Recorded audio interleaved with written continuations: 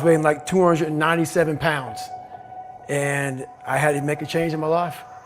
You know, I was at an all-time low, and I wasn't going anywhere, and I was exactly what everybody said I was going to be, which was nothing. This man is a self-made beast. Widely considered to be the toughest man on the planet and one of the greatest endurance athletes of all time. I was just an insecure, scared kid. And the only way I could find myself was to put myself through the worst thing possible. He's the only member of the U.S. Armed Forces to complete SEAL training, the U.S. Army Ranger School, and the Air Force Tactical Air Controller training. He's completed the infamous Destroyer of Men, known as Hell Week, 3 times, including 2 in a single year, and 1 that he started and finished with multiple stress fractures and a hernia. No one was here to help me.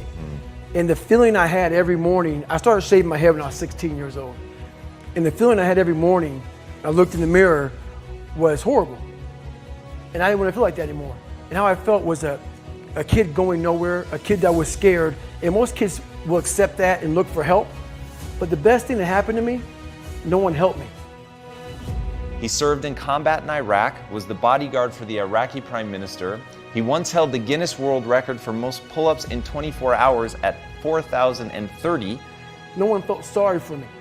No one looked at me and said, like this day and age, they'll take you in and they'll tell everybody, stop picking on this person. Back then, they didn't care.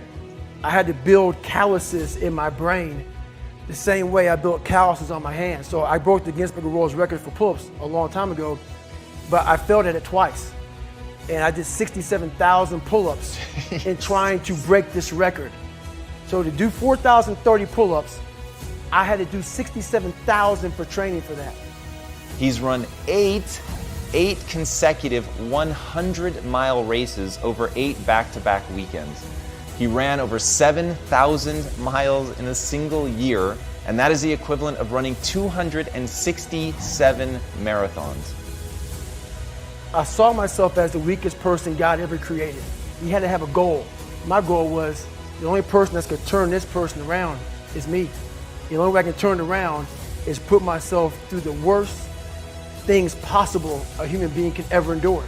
And that'd be the only way that I can build this brain to handle anything that comes in front of it, callousing my mind through pain and suffering.